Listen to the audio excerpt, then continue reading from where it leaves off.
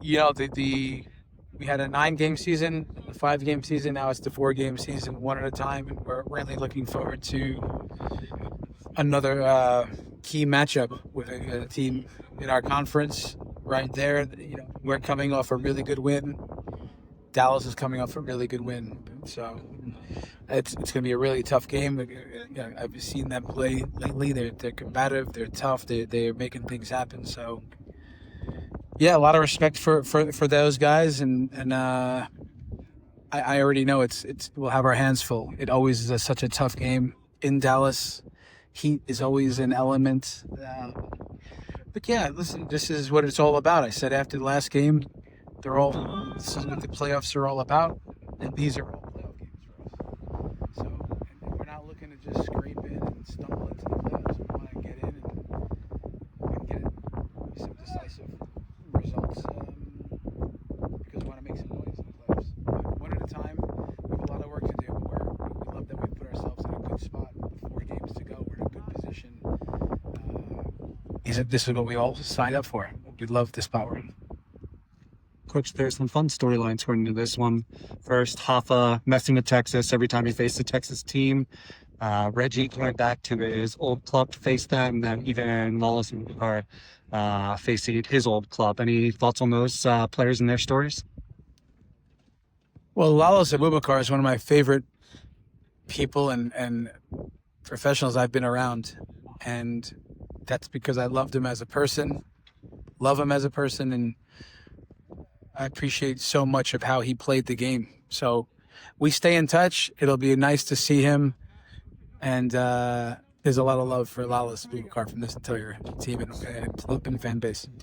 In terms of Rafa Navarro, if he can keep up the scoring against Texas teams, I mean, maybe he likes the Heat, not sure, but he just loves scoring. So it's something that, if he can continue to be sharp, continue to be a threat, continue to be dangerous in and around the goal, he is something else. The way he runs for the team and still is dangerous every single time. So, yeah, if he continues that, the goals, yeah, great. And then who was the other one you asked me about? Reggie Cannon. Reggie Cannon, homecoming for Reggie. Amazing for him to get to see family. He's playing the best we've seen him. For me, he's maybe the best right back in the league. For us, he's locked down. He's attacking relentlessly. Works on all parts of his game. Real professional, amazing human being, prideful in everything he does. And yeah, again, I think he's playing the best he has. So perfect timing as the playoffs race heats up. Nice that he gets a homecoming and some family, friends, and a lot of people at that organization that have a lot of love for him. So, man, good for Reg. Yeah. I think it's so important. It's so important for where we are in the season because of what the 3 points means, especially against Houston. It's a 6-point game, right? We come into the day, they're 3 points away. We win, they're 6 points away. So it's huge for us in terms of our quest for the playoffs. I think after the game, I'm sitting there late at night and laying in bed, and I'm thinking about our fans that come out, all the things they can think about doing on a Saturday night. And maybe for some people, it's the first time they ever saw a Rapids game. And some of the true blue fans, tried and true fans, they leave happy, loving what they saw. A team that, to the very end, we stepped on the pitch to win, and we finished the game to win. And you cannot question, in the last 50 minutes, I think the team that really showed a big desire to win the game. So, for me as the coach, when I think about the players, I can't give them that moment. They have to take that moment. We can put them in situations and try to make some substitutions, but the way that they went after the game, that's what winning looks like. I've said this for a long time. We have winners here, but that means a lot for those guys. They all grow and a little bit bigger after it. But think about Manyoma and Rob Holding and Rafa Santos. They're just coming into our team and trying to pick up running with it all. To see them all come together in that moment, really cool. And the way they celebrated that moment with the fans and each other, very, very special for the team. And maybe this can continue and we use it for what's ahead. We'll see. Speaking of Alexi, I wanted to ask about the arrival of Alexis Manyoma, in addition to Rafa, I don't know if you've gotten Rafito to stick yet, Santos, to pair up with Rafa Navarro. The South American boys seem to just bring this joy, this levity to training, to the games. I hear so much more laughter. Is that something you feel on the field and in the locker room? Definitely. And this is not, we didn't get lucky with this. We recruit this way. Our recruitment, we're looking for personality as well.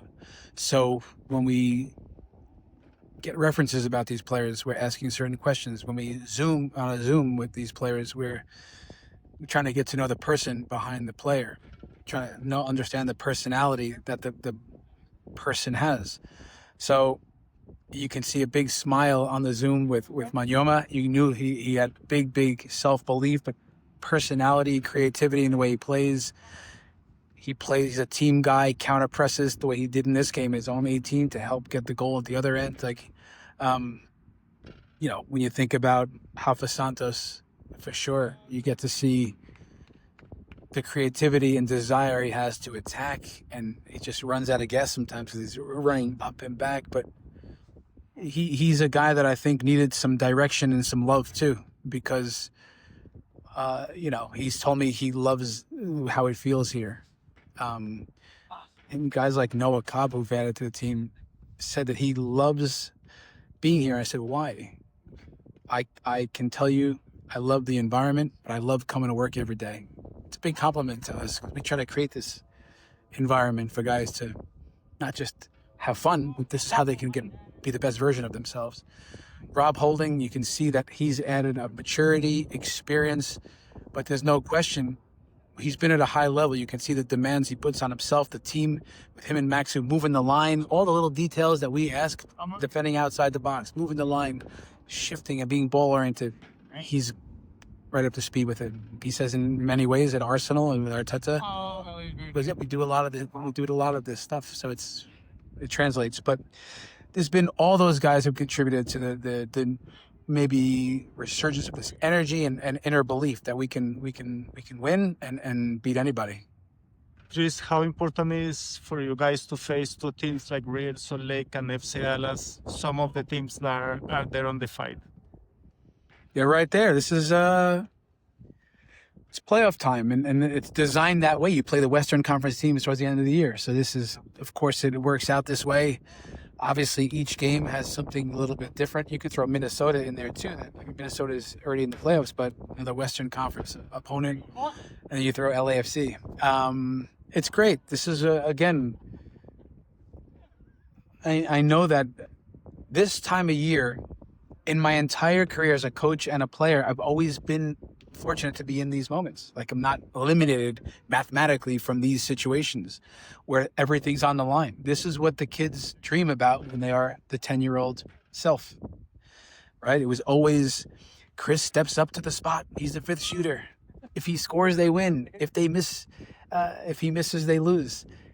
I remind the guys, this is what they sign up for. They've asked for this. Otherwise, they would have taken a different line of work. So when the pressure comes, they are up for it. They showed the other night. It was the biggest game of the year, and they showed up.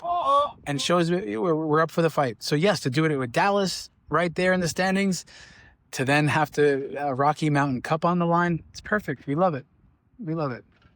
Coach, a lot has been made about Paxten Aaronson's performance.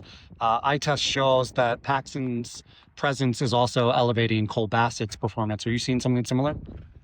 Yeah, I am. It's real. It's not up for debate. Like, this is, Cole knows him well on the pitch. They stay close to each other. We've chosen to put Cole a little bit higher. Still think it's some of his best stuff, finishing attacks and the energy he brings up in intelligence. You can see he played with a lot of confidence the other night. I thought Cole was excellent. And Paxten, just another performance. We just got here, essentially. But the type of energy he plays with, we want to play a team that plays with intensity. And we talk about making the game fast. That's in his DNA. But those two guys are a couple of guys that can get on the same page. And it happened pretty quickly.